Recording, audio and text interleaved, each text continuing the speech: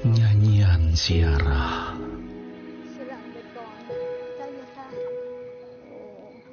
Ketika Tuhan memulihkan keadaan Sion, keadaan kita seperti orang-orang yang bermimpi.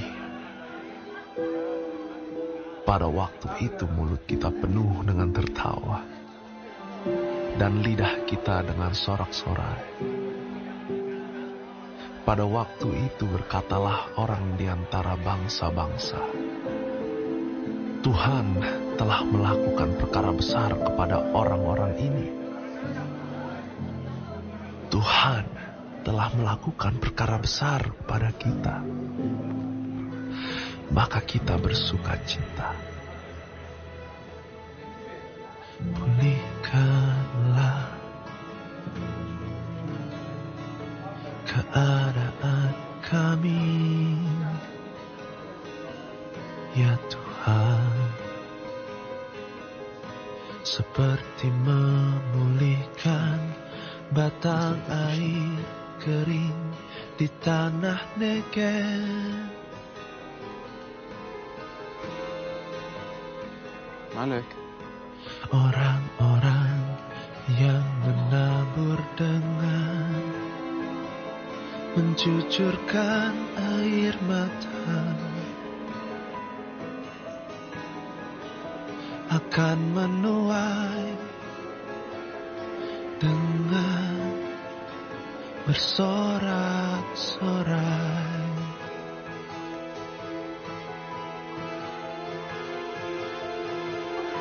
Orang yang berjalan maju dengan menangis sambil menabur benih, pasti pulang dengan sorak-sorai sambil membawa berkas-berkasnya.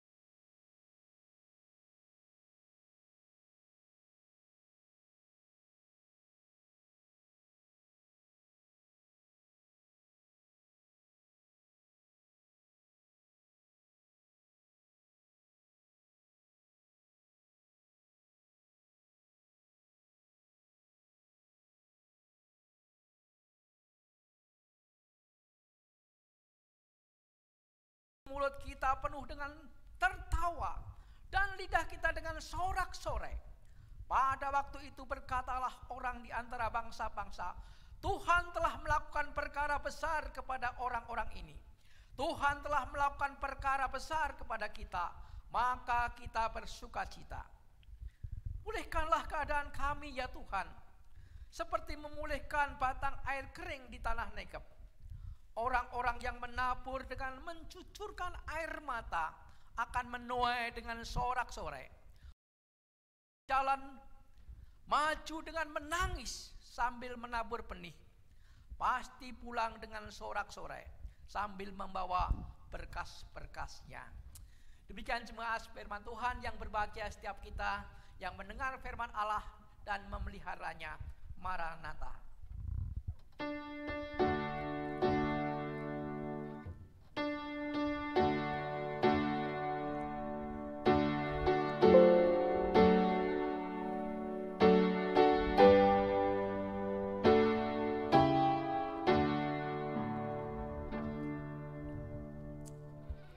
Jemaat sekalian, kita seringkali banyak berpikir, atau orang Kristen masih banyak yang berpikir bahwa menjadi anak Tuhan, menjadi orang Kristen ini tidak ada masalah.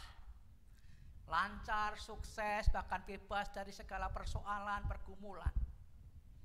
Itu banyakkan orang-orang Kristen yang juga masih ada yang banyak berpikir demikian.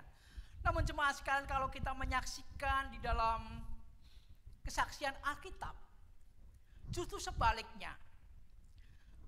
Orang Kristen justru banyak mengalami tantangan-tantangan dalam satu kehidupan. Dalam satu teologi yang diungkapkan oleh seorang teolog terkenal, yaitu Walter Kaiser, gambarkan. Mengapa orang Kristen banyak mengalami satu penderitaan dan menceritakan tentang keadaan Israel? Karena orang Kristen itu hidup di tengah-tengah berdosa. Orang-orang yang mengalami satu penebusan, dia masuk di dalam dunia berdosa. Sehingga orang berdosa itulah yang kita hadapi. Dan dunia berdosa dalam segala peradabannya, itulah yang kita hadapi. Sehingga mau tidak mau, orang Kristen harus berhadapan dunia berdosa. Belum lagi iblis, kuasa kegelapan yang terus juga menghalangi kehidupan orang-orang yang percaya. Dalam sejarah Israel pun Alkitab juga memberikan satu teladan bahwa pada waktu Tuhan membawa keluar dari Mesir untuk masuk kembali ke tanah Kanaan, jarak yang harusnya ditempuh tidak sampai 2 bulan, tapi Tuhan membawa berputar sampai 40 tahun. Ini menunjukkan bahwa dari permulaan perjalanan umat Tuhan pun dia tidak bebas dari segala pergumulan. Tentu jemaat sekalian, pergumulan yang Tuhan izinkan, tentu Tuhan punya maksud, punya rencana. Karena setiap apa yang dilakukan Tuhan akan memberikan satu pengharapan, satu damai sejahtera, dan tujuannya pasti. Itulah satu gambaran dalam satu kehidupan tengah-tengah kita. Mazmur ini juga merupakan Mazmur 126 yang baru kita baca, bahkan kita juga menyaksikan video yang baru kita lihat. Jemaat itu juga menunjukkan bahwa bagaimana Mazmur ini menggambarkan bangsa Israel yang pernah mengalami satu pergumulan yang panjang. Setelah mengalami penebusan, maka dia masuk di dalam satu pembuangan. Selama kurang lebih 70 tahun dia mengalami satu pergumulan di tanah Babel. Tetapi dengan pergumulan ini ternyata Tuhan juga intervensi dalam kehidupan pergumulan Israel. Maka Tuhan melahirkan orang-orang yang takut akan Tuhan, seperti Daniel, Ezra, dan teman-teman Daniel, bahkan Nehemia, semua dibangkitkan oleh Tuhan di tengah-tengah pergumulan umatnya untuk memelihara iman dalam kesetiaan, supaya tetap setia dalam iman dan percaya kepada Tuhan Allah mereka, walaupun hidup di tengah-tengah bangsa kafir. Maka dan pada akhirnya setelah 70 tahun, maka Tuhan membebaskan supaya pulang lagi ke Yerusalem, yaitu ke Sion, kembali ke Sion. Maka disitulah sorak-sorai terjadi. Mazmur 126 itu menjadi ungkapan satu sukacita.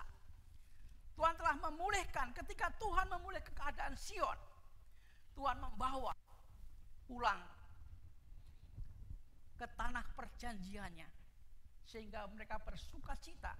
Sukacita diungkapkan begitu indah, bagaikan mimpi Dia nggak tertawa sorak-sorek. Begitu indahnya kalau Tuhan membuat sesuatu yang baik, Tuhan menghentikan semua pergumulannya.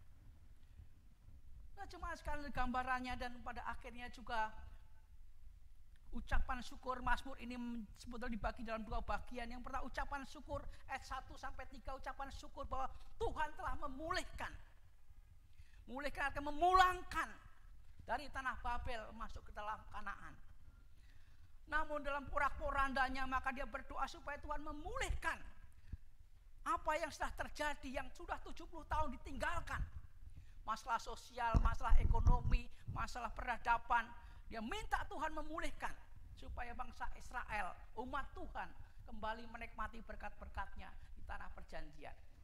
Nah, jemaah sekalian, itulah sekilas video yang kita saksikan tadi dalam Mazmur 126. Nah, jemaah sekalian, kalau kita bercermin di dalam satu kehidupan kita dalam tema pengharapan di tengah-tengah pergumulan, sebenarnya orang Kristen, saudara dan saya, telah melihat kesaksian sejarah. Sebenarnya masalah pergumulan, masalah penderitaan, masalah kesengsaraan, masalah tekanan, masalah intimidasi, penganiayaan, itu bukan merupakan hal yang asing yang dialami umat Allah, juga termasuk gereja. Kalau kita sekilas melihat ya, dalam kehidupan sejarah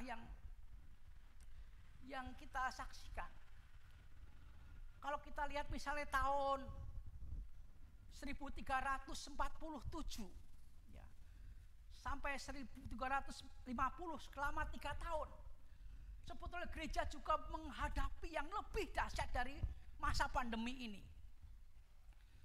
Tahun 1347 sampai tahun 1350, selama 3 tahun, mengalami satu bencana, satu penyakit yang luar biasa. Pada waktu itu belum ditemukan jenis penyakitnya, maka zaman disebut zaman yaitu Black Death, kegelapan, mati kegelapan. Kurang lebih 200 juta manusia mati. Para rohaniwan pada waktu itu, gereja masih menjadi satu juga, rohaniwan yang baik, banyak yang mati. Habislah, seolah-olah gereja kan musnah. Karena banyak kematian. Bahkan dalam catatan sejarah kurang lebih hampir setengah dari penduduk dunia habis. Dalam catatannya kurang lebih 450 jiwa manusia yang masih, juta manusia yang masih hidup. Itu tahun 1347 yang sebutnya itu virus Black Death. Namanya belum jelas karena ilmu pengetahuan belum bisa mendeteksi yang sekarang ini, yaitu pandemi. Gereja memasuki di dalam satu pergumulan yang besar. Pada waktu gereja masih gereja Katolik, hampir rohaniwan yang baik yaitu mati dalam peristiwa Black Death ini. Kurang lebih 200 juta manusia mati, meninggal dengan satu virus. Jadi gereja sudah biasa mengalami itu. Maka yang tinggal justru rohaniwan yang dapat dikatakan politik, yang busuk dalam kehidupannya. Maka banyak ditemukan para pastor pada waktu itu, yaitu mempunyai anak, mempunyai perselingkuhan, mempunyai istri gelapan, banyak kegelapan gereja. Dan pada akhirnya sampai pembaruan, yaitu yang kita kenal dengan Luther. Itu peristiwa. Dan tidak jauh lagi juga pada tahun 1920, selama 2 tahun yang kita kenal dengan flu Spanyol, itu juga menewaskan kurang lebih 2 juta manusia.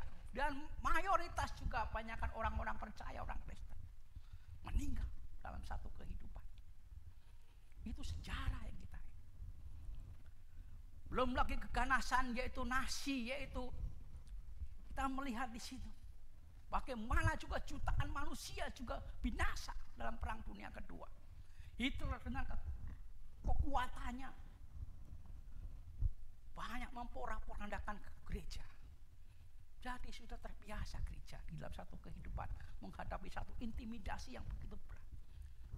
Ini kalau kita sekilas melihat penderitaan gereja. Tetapi Tuhan membuktikan gereja masih eksis dalam satu kehidupan tengah-tengah dunia ini. Gereja masih ada di dalam satu kehidupan. Itulah Bapak Ibu sekalian, kalau melihat sejarah Bapak kehidupan umat Tuhan, termasuk gereja dalam kehidupan tantangan-tantangan dalam dunia ini. Sehingga Bapak Ibu sekalian, kalau kita melihat Mazmur ini, Mazmur pengharapan ini, bahkan kalau saya mengutip satu pernyataan juga seorang misionaris, ya, di situ digambarkan William Carey. William Carey salah satu melihat juga Mazmur ini menjadi satu acuan dia mengerjakan pekerjaan Tuhan. Orang yang berjalan maju dengan menangis sambil menabur benih, pasti pulang dengan sorak-sorai sambil membawa berkas-berkasnya. Mazmur ini memang banyak memberikan satu inspirasi para misionaris bekerja di ladang Tuhan, menghadapi tantangan-tantangan peradaban manusia, berdosa, tantangan-tantangan kehidupan, tapi berjalan maju menaburkan benih Injil. Walaupun mereka menafsirkan di dalam sisi bagaimana dia penginjilan, tetapi Mazmur ini memberikan inspirasi kekuatan orang Kristen untuk bekerja. Apa yang dihasilkan oleh William Carey dan teman-teman yang lain para misionaris dalam keberhasilan di Indianya, sebetulnya satu yang fundamental, yaitu mengubah hukum, ya, mengubah hukum. Pada waktu itu India masih menjalankan bahwa hukum yang berlaku bahwa kalau suami mati dibakar, istri harus ikut mati, menyeburkan diri di api. Itu hukum sebelum kekristenan masuk. Tetapi karena kekristenan masuk melalui William Carey dan teman-temannya dan banyak misionaris, hanya satu ilah tanda Tuhan mengubahkan hukum di India.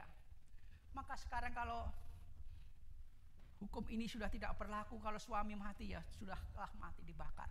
Kalau dulu harus masuk ikut mati bersama suami.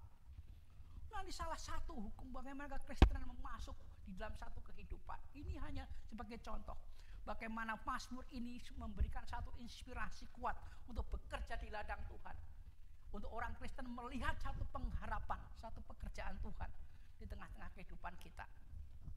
Nah, cuma sekalian yang kekasih, maka kalau kita melihat ya, dalam saat ini yang kita sedang alami, mungkin kita juga termasuk dalam orang-orang yang beruntung sebetulnya bisa menyaksikan, menjadi bahan cerita sejarah bagaimana hidup kita, saudara dan saya mengalami masa pandemi ini. Ya. Memang masa pandemi yang berkepanjangan kurang lebih 9 bulan ini yang di Indonesia ini bisa saja membuat kita jenuh, membuat kita kecewa, membuat kita lemah. Apalagi ibadah yang dilakukan yaitu banyak dilakukan secara mekanis, seolah-olah iman kita tidak bertumbuh. Kita mengalami satu kejenuhan, rasa persahabatan kita dipisahkan. Namun kalau kita melihat secara lebih jelas, Tuhan kita juga bertanya apa. Tapi saya meyakini bahwa Tuhan yang memiliki sejarah, Tuhan yang menciptakan sejarah, Tuhan juga yang mengontrol sejarah dan memelihara sejarah. Tuhan tidak diam. Tuhan tidak tutup mata. Tuhan melihat satu kenyataan-kenyataan apa yang dialami, yang sedang terjadi dalam kehidupan sejarah yang sekarang ini dialami. Tentu ada maksud dan tujuan Tuhan. Mengapa Tuhan mengizinkan? Nah, jemaat sekalian menggambarkan pasti ada ujungnya. Dan Tuhan yang baik pasti ujungnya juga baik. Itulah pengharapan kita. Memang banyak orang di tengah-tengah dunia ini yang mengalami penderitaan. Kita bersyukur kalau kita masih diberikan satu kesehatan di tengah-tengah virus yang merebak di tengah-tengah sekitar kita. Itu satu bagian dalam hidup kita. Saling kita juga bergumul prihatin dengan orang-orang yang kena dampak dari virus ini. Namun satu sisi kalau kita melihat dalam kehidupan kita, bersyukur.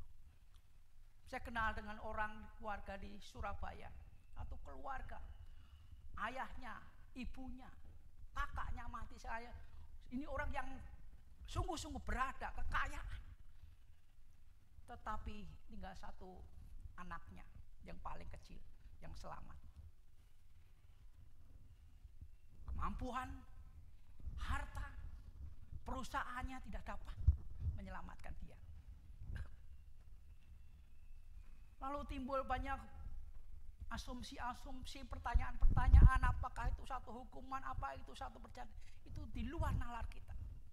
Tapi yang jelas kalau kita masih diizinkan untuk hidup, itu satu anugerah dari Tuhan.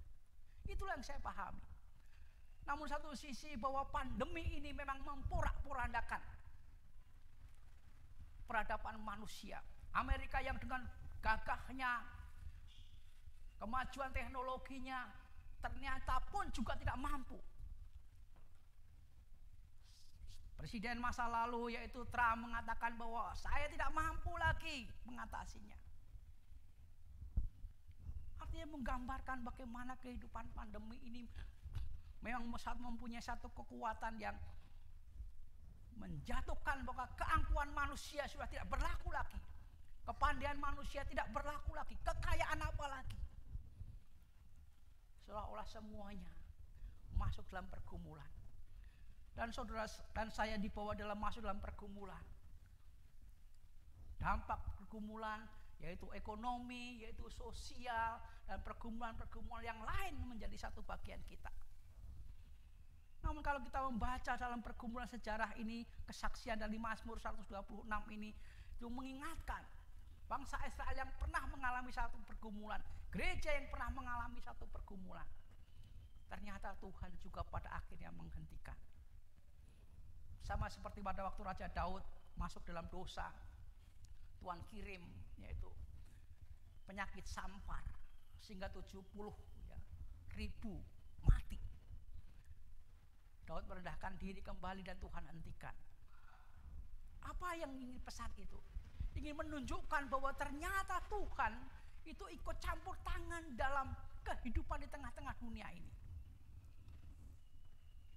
Maka kalau kita melihat kesaksian-kesaksian Alkitab, maka peristiwa-peristiwa yang sedang terjadi di tengah-tengah dunia ini selalu ada kontrol Tuhan. Selalu ada maksud Tuhan yang terbaik. Itulah pikiran iman kekristenan. Kalau kita lihat lagi dalam sejarah, kita kenal dengan istilah yaitu perang salib. Di mana seolah-olah gereja runtuh. Gereja khususnya gereja timur mengalami satu keruntuhan. Karena gereja-gereja yang dibangun oleh Rasul Paulus hampir semuanya musnah. Oleh karena serangan-serangan dari dunia Arab. Karena politik agama. Namun pada akhirnya saudara-saudara di situ seorang yang hamba Tuhan, Clement, mengatakan, Tuhan mungkin sedang menegur kita. Tuhan mungkin sedang memperbarui kita. Mungkin Tuhan sedang berkarya di dalam hidup gerejanya. Ungkapan itulah semua sekalian pada membangkitkan semangat lagi kekristenan dan kehidupannya. Dan akhirnya dunia barat dalam kekristenan semakin berkembang dalam kehidupan. Dan hampir pada waktu itu setelah itu, hampir seluruh pendidikan di Eropa ada namanya fakultas teologi.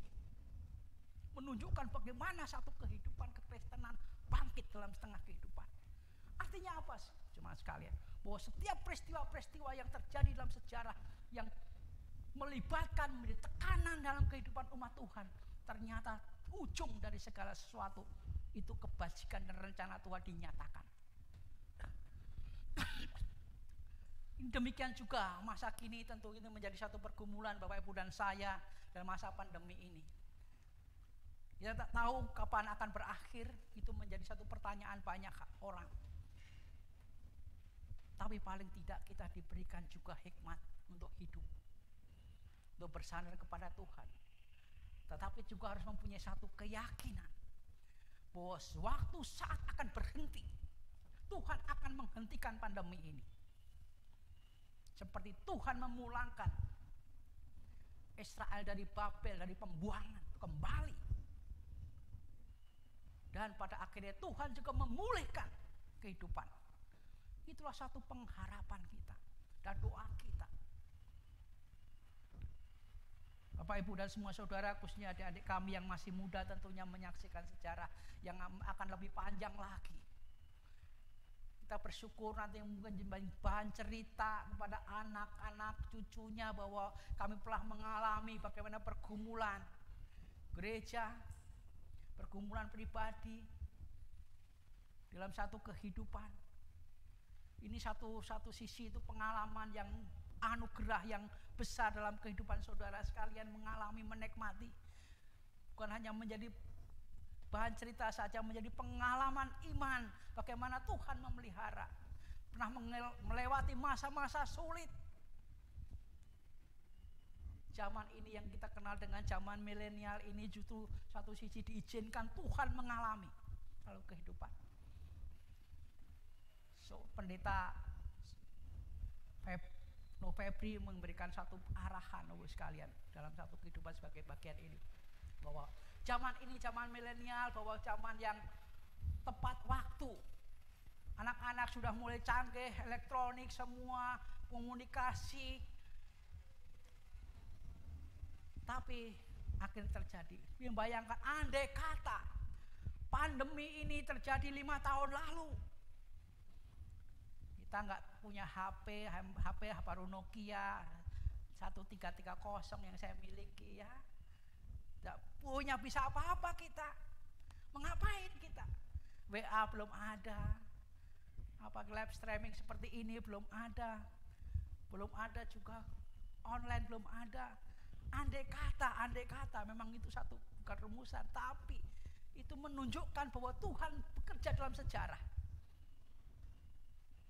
Anak-anak sekarang mulai pandai dalam IT-nya, sehingga juga walaupun mengalami pandemi ini masih bisa berkomunikasi dengan baik, masih bisa komunikasi, masih bisa sharing kebajikan, sharing kehidupan.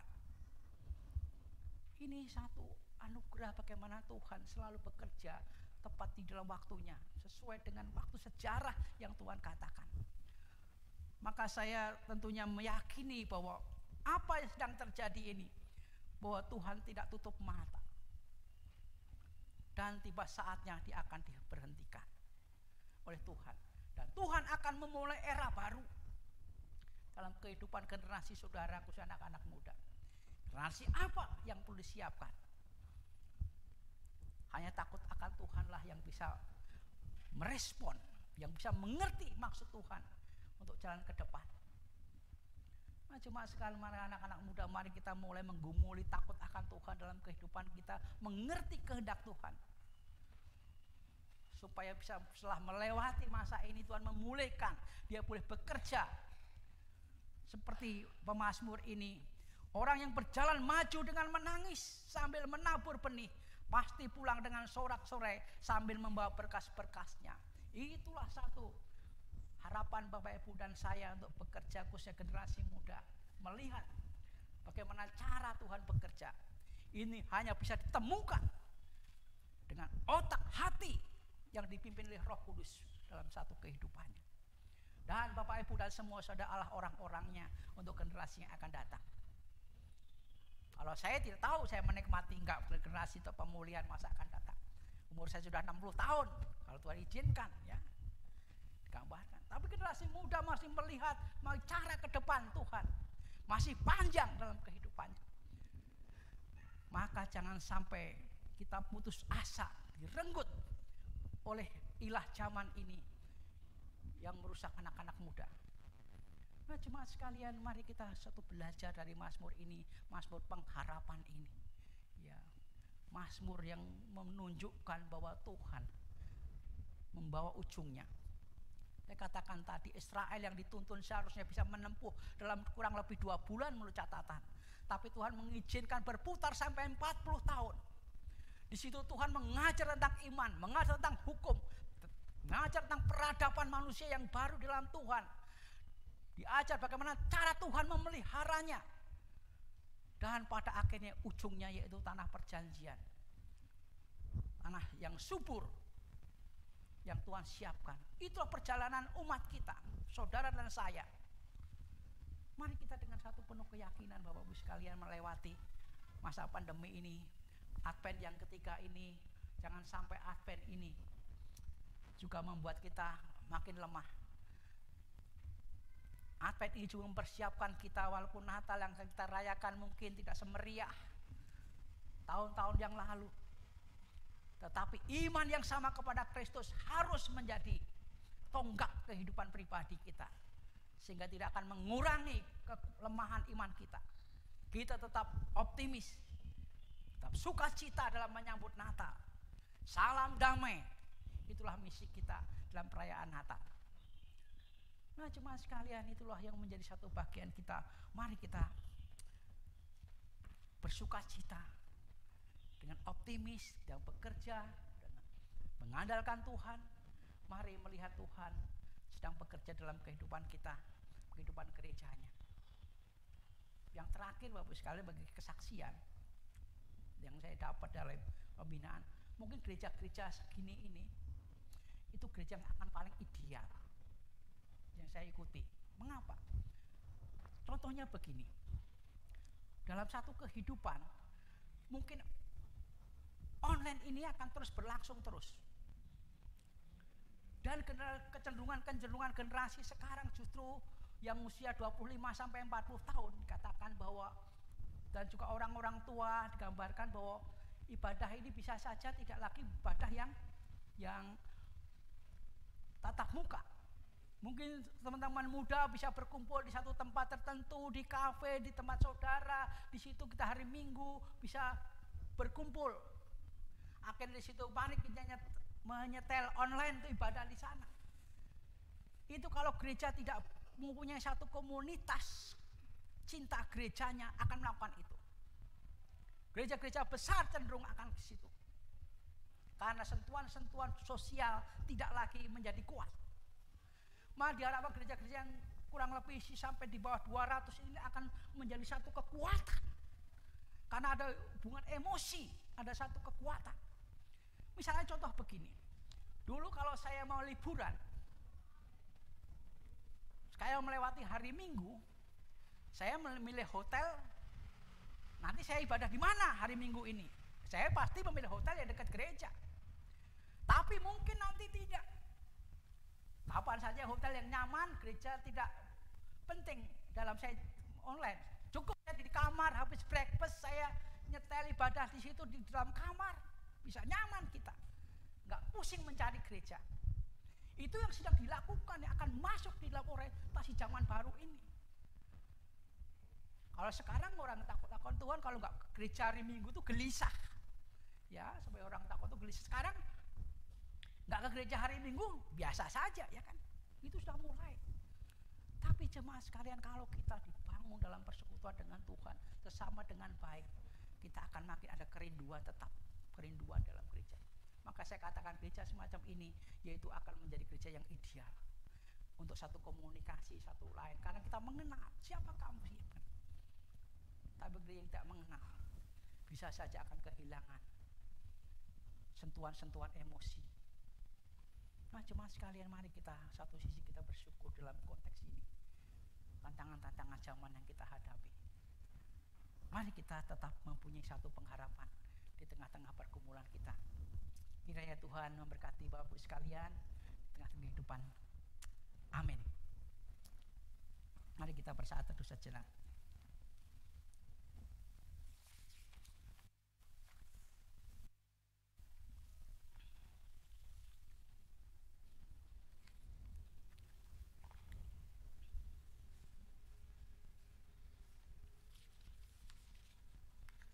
Amin.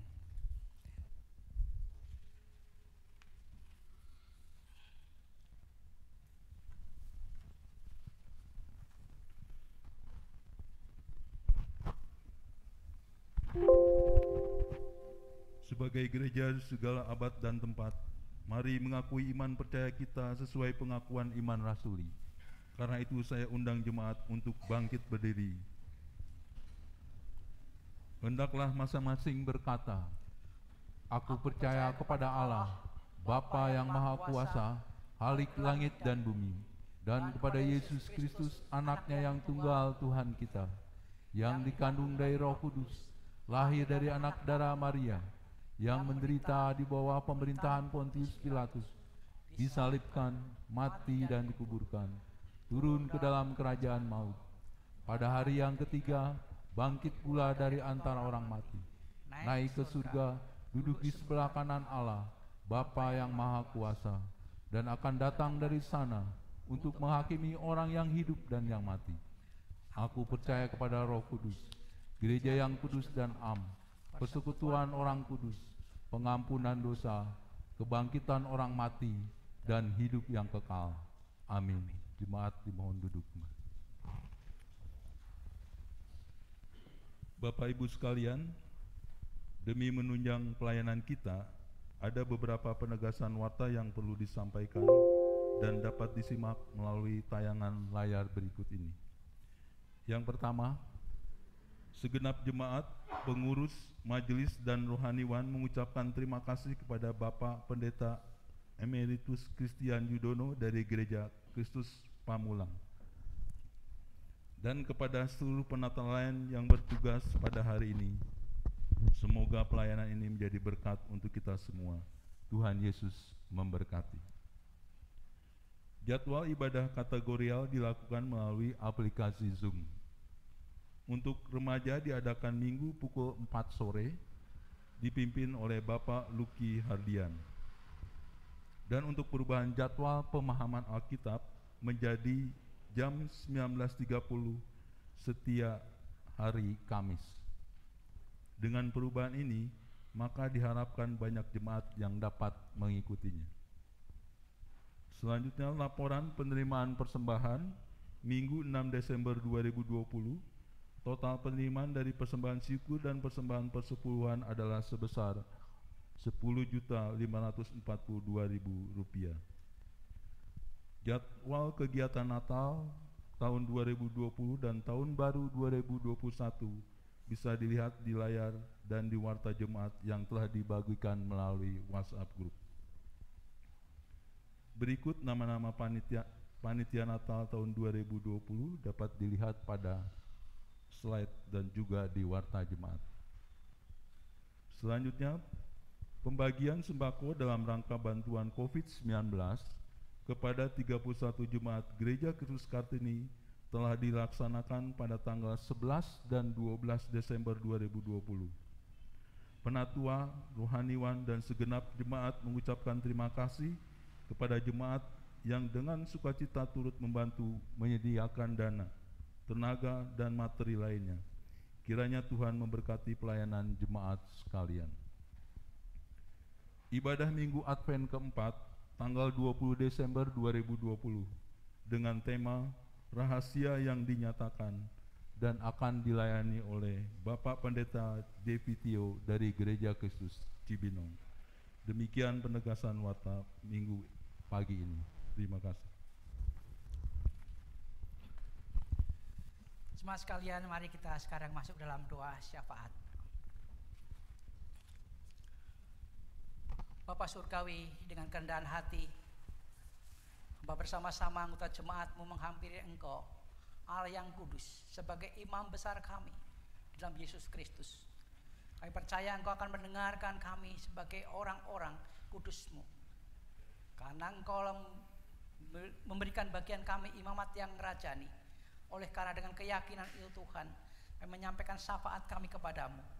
Bapak Surgawi, kami mengucapkan syukur secara khusus untuk Gereja Kristus Jemaat Kartini ini. Terima kasih untuk anugerah Tuhan dalam perjalanan yang panjang. Tuhan, pada akhirnya kami boleh bersama-sama. Tuhan mendewasakan kami untuk terus mandiri bulan Agustus yang lalu. Terima kasih, sekarang kami siap juga memasuki untuk Natal yang pertama sebagai anggota jemaat yang dewasa dalam anugerah Tuhan.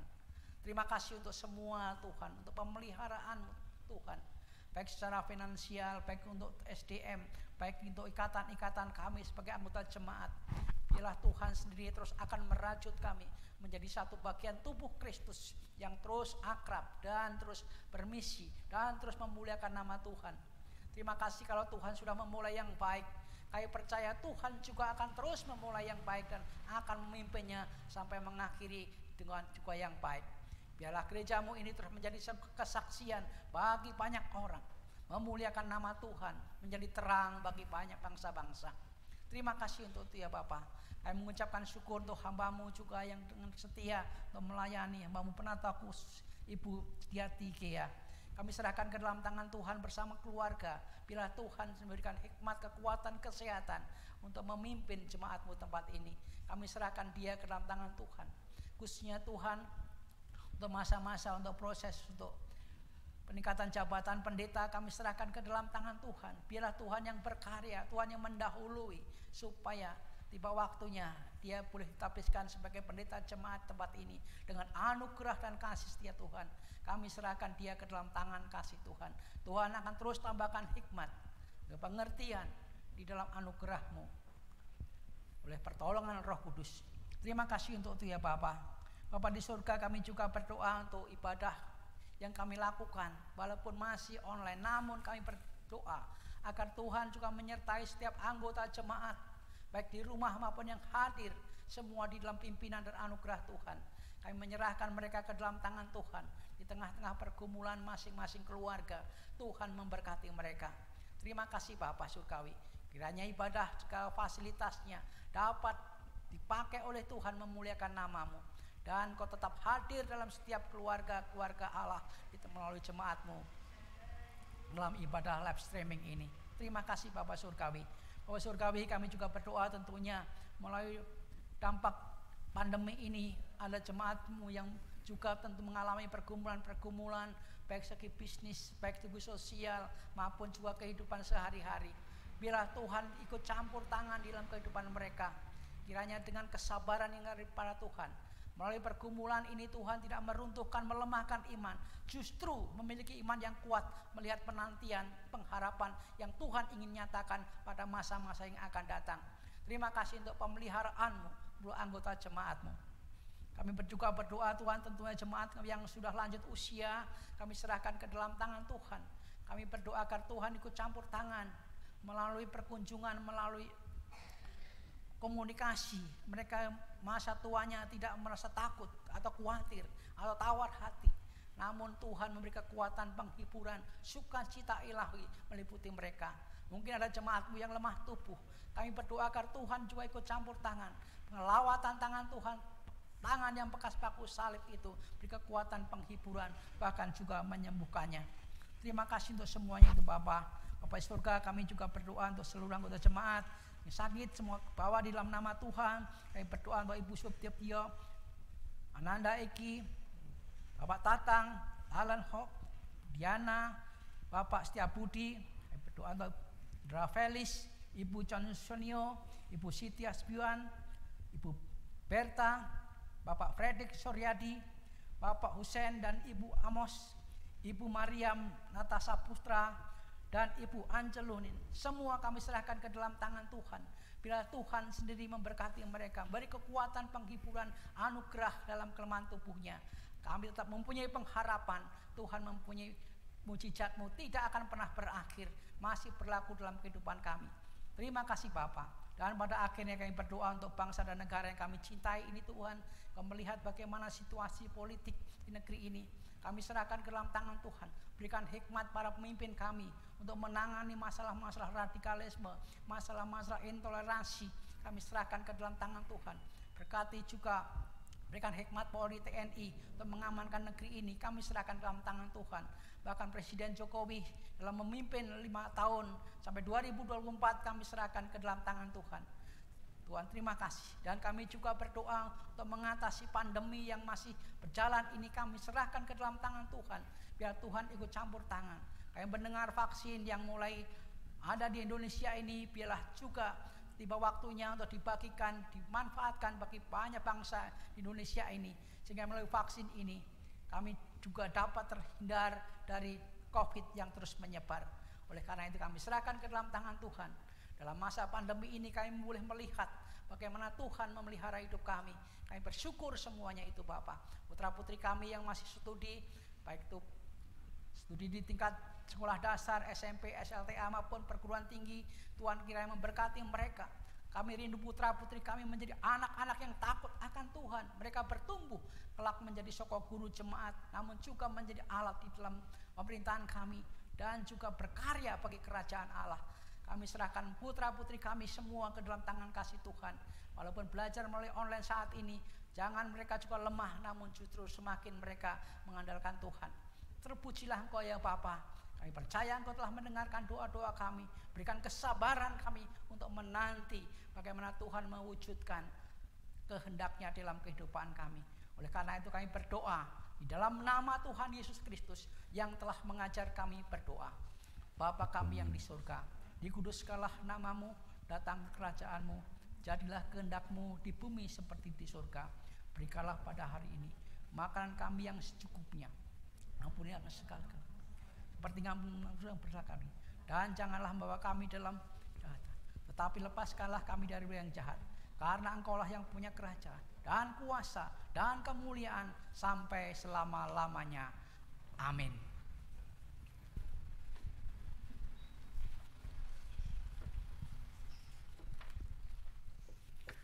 Jemaat Tuhan yang terkasih, kini saatnya kita memberikan persembahan kepada Allah.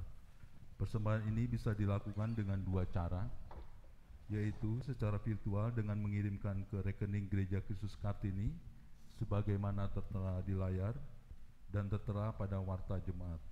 Atau persembahan bisa juga disampaikan dengan cara mengumpulkan dan menyerahkannya kepada majelis dengan menitipkan di kotak persembahan yang tersedia di tata usaha gereja setiap hari jam kerja atau menyerahkan saat ibadah sudah dimulai. Ayat persembahan terambil dari Amsal 11 ayat 24 sampai 25 yang berbunyi, ada yang menyebar harta tetapi bertambah kaya, ada yang menghemat secara luar biasa namun selalu berkekurangan. Siapa banyak memberi berkat, diberi kelimpahan. Siapa memberi minum, ia sendiri akan diberi minum. Mari kita memuji Tuhan dari Nafiri Rohani 317 bait pertama dan ketiga, tabur waktu pagi.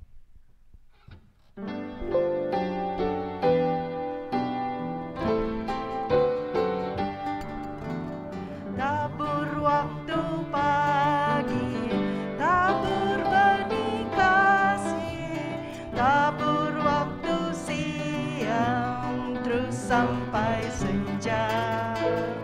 Nantikan tuaian pada musim panen, kita bergembira bawa berkasnya, bawa berkasnya masuk untungnya.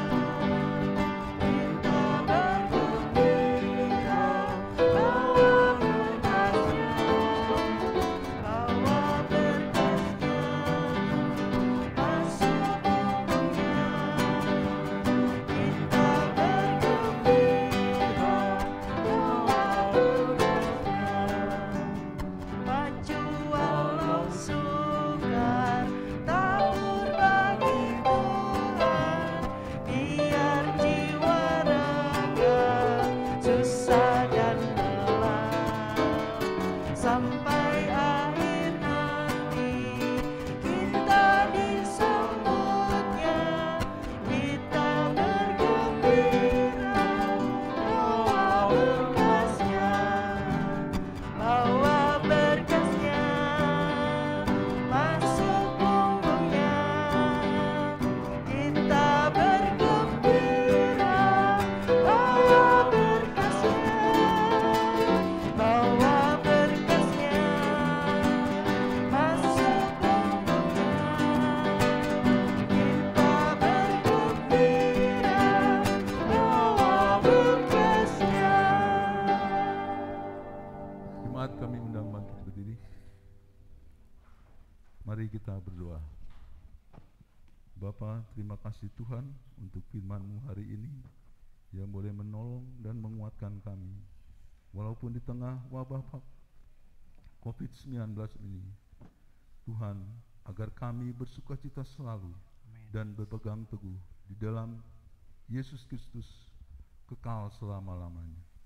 Bapa, pada saat ini kami datang membawa persembahan kami.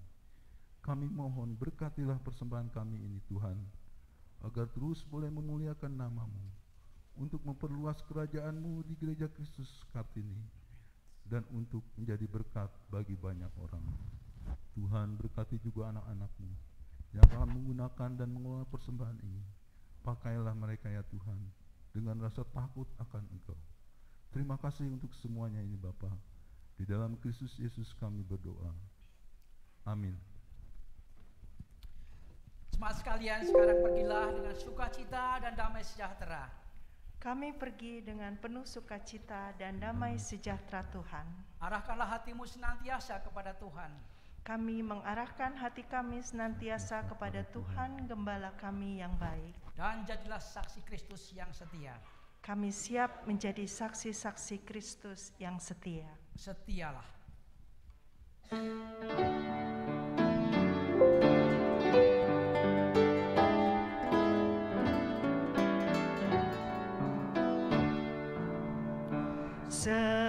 Setialah, setialah selama hidupmu.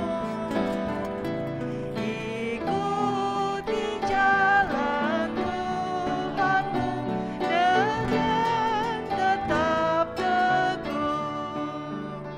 Meski penuh derita di dalam dunia, tetapi jangan kau gentar, tetap setialah.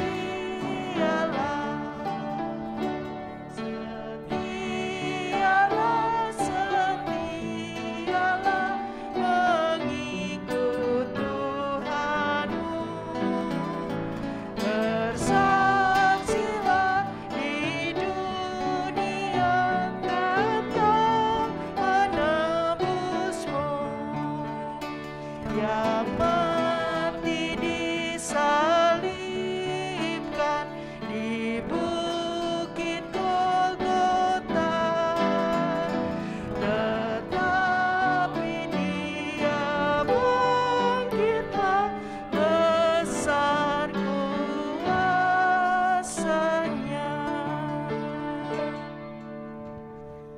Jemaat kasih Kristus, terimalah berkat Tuhan menyertai saudara sekalian. Kiranya kasih karunia Tuhan Yesus Kristus dan kasih Allah Bapa serta persekutuan Roh Kudus menyertai kamu sekalian dari sekarang sampai selama-lamanya. Amin.